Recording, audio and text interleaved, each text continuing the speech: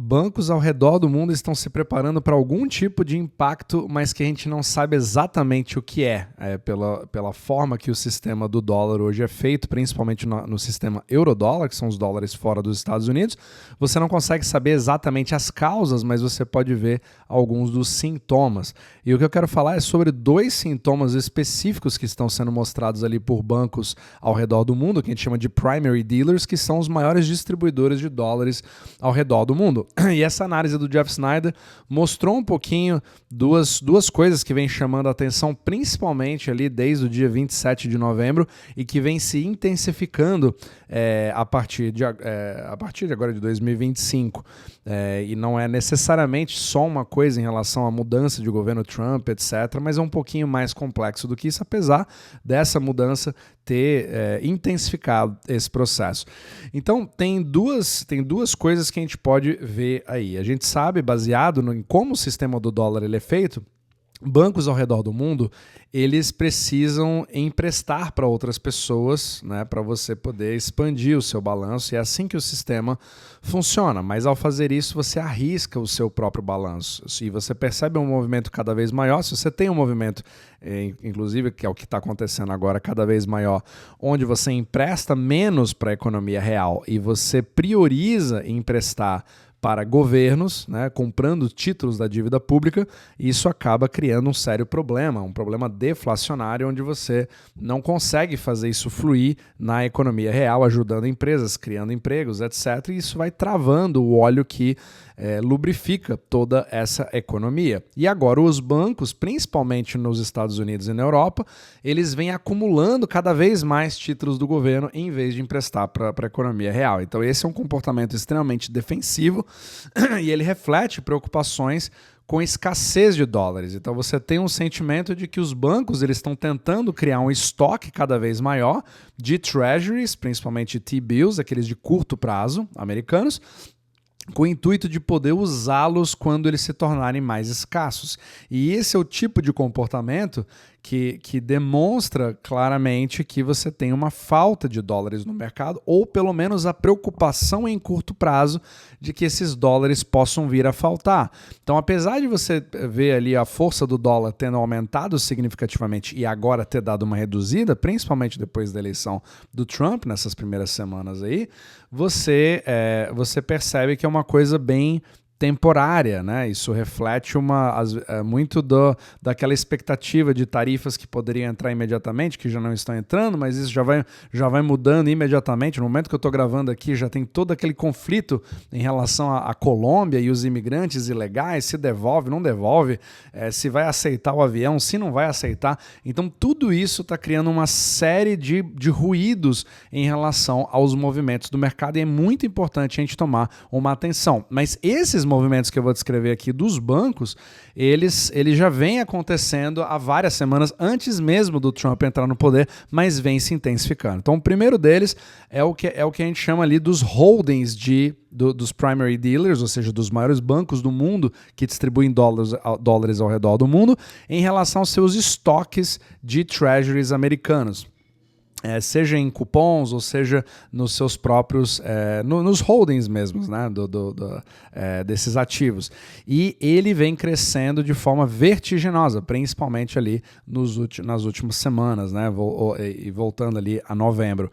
E isso demonstra claramente que você tem uma necessidade de colateral, ou seja, o colateral é o que você usa para poder obter crédito no mercado. Eu sempre falo sobre isso no podcast, em relação a você obter crédito colocando sempre uma caução. Então isso é chamado de colateral e é um movimento que a gente chama de repo, ou seja, eu quero dinheiro emprestado, eu não confio no outro banco, eu pego esse colateral e eu uso e fico com ele. Se o cara me der o calote, eu vou liquidar isso. Então é literalmente esse tipo de movimento que é feito, e quanto mais colateral você tem, mais segurança você compra. Mas quando você faz isso, você não está se expondo a outros tipos de investimentos. Então você pode ver uma certa reflexão na bolsa às vezes, né? Você pode ver isso acontecendo para mercados emergentes, você pode ver uma retração também em outros lugares. Então vai ser interessante ver se você tem mais liquidez indo para esse lugar, você obviamente vai ter menos liquidez indo para outros lugares. Então vamos ficar atento em relação a isso. Agora, tem um outro tipo de indicador que é o holding do Fed de Nova York, que é muito utilizado como se fosse um guarda-volumes, digamos assim, para entidades estrangeiras, principalmente governos. Então eles não têm ali suas contas de corretora, digamos assim, e eles usam o Fed de Nova York para fazer exatamente isso.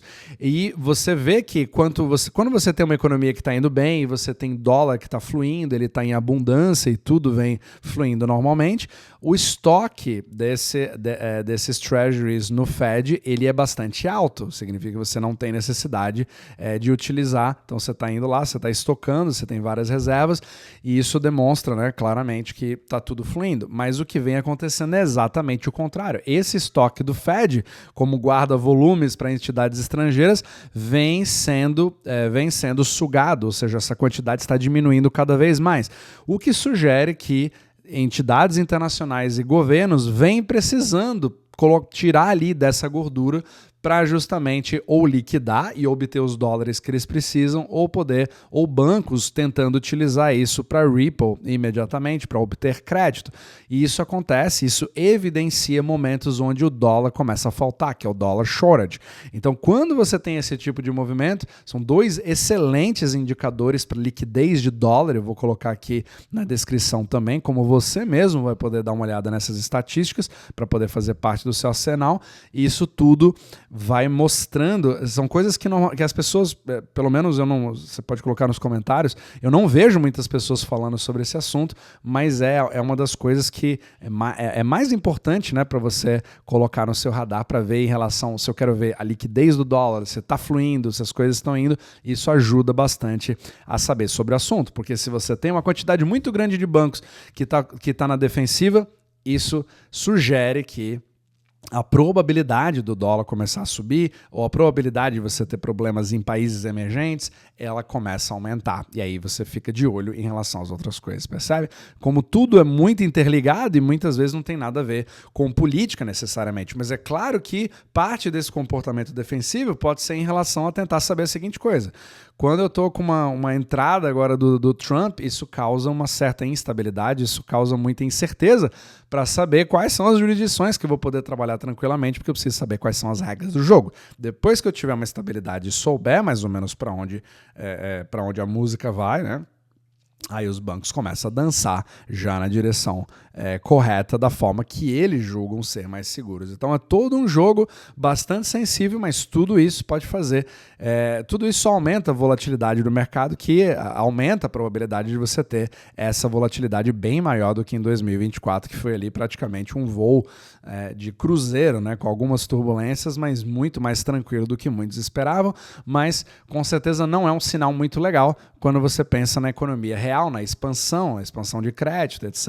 E tudo que exige baseado no sistema que nós temos hoje. Então, vamos ver aí novamente, como sempre, a cena dos próximos capítulos e para ver o que realmente vai dar tudo isso, mas com certeza o dólar ficando cada vez mais escasso, mostra um DXY chegando mais perto novamente ali dos 110 e aí começa a criar problemas para o resto do mundo.